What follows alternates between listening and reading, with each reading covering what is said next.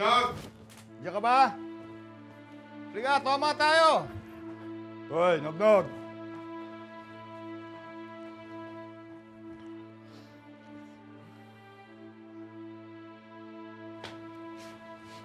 Hoy! Nog! Tara! Tama tayo! Uy! Halika na! Tama tayo! Ay, bukas na lang. Puro kainom. Kakainom ko lang. Lasing pa nga. Masakit ang ulo ko. Sige, ikaw na lang. Sige na. Wala ka palang kwenta. Hindi. Masakit rin yung ulo ko. More Sige time. Sige na.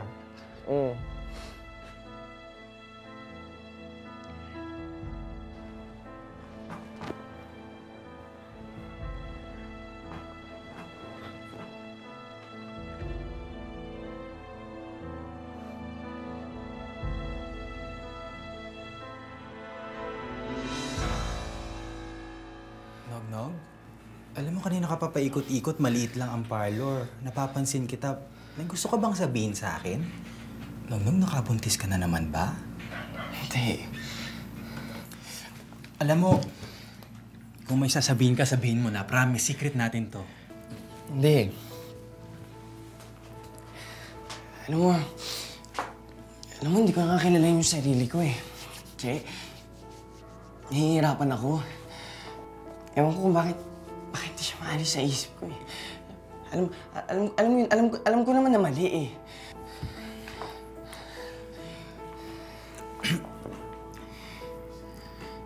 Si Anton? Anong nalaman? Nog, bakla ako. Halatang-halata ko yung mga tingin mo kay Anton. Sabi mo bakla ako? Ha? Bakla ako? May gusto ka sa lalaki, di ba? Hindi ako bakla. Hindi ako bakla. Nagsimula na naman to, simulan sumama ako sa inyo. Nahawaan niyo lang ako eh. Nahawaan niyo lang ako. Hindi ako bakla. Siguro tama si Itay, dapat sumunod ako sa kanya na dapat di na lang ako sumasama sa inyo. Nog, hindi sakit ang pagiging bakla. Bata ka palang, ganyan ka na. Pipigilan lang yan ang takot mo sa tatay mo eh. Hindi ako bakla! Hindi ako bakla! Hindi ako bakla! Hindi totoo yung sinasabi mo, hindi ako bakla!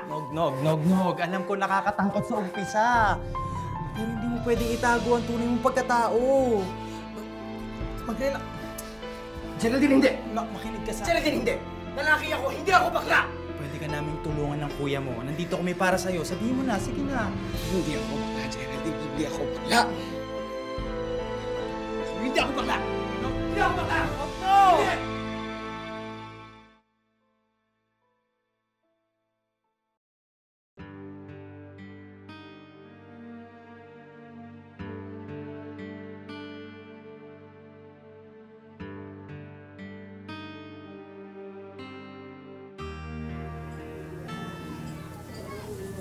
Oh, bakit hindi ka pa natutulog? Tulog na tayo.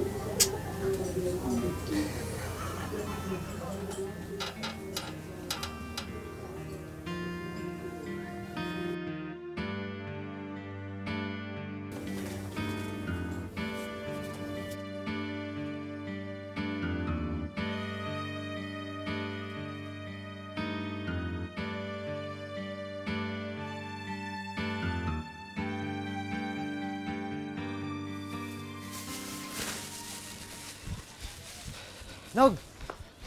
Kamusta? Okay ka lang? Pwede ba mo pakialaman?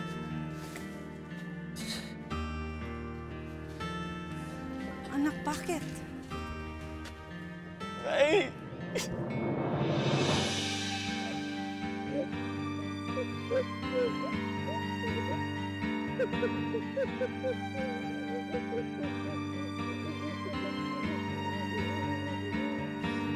Ano bang nangyari, ha?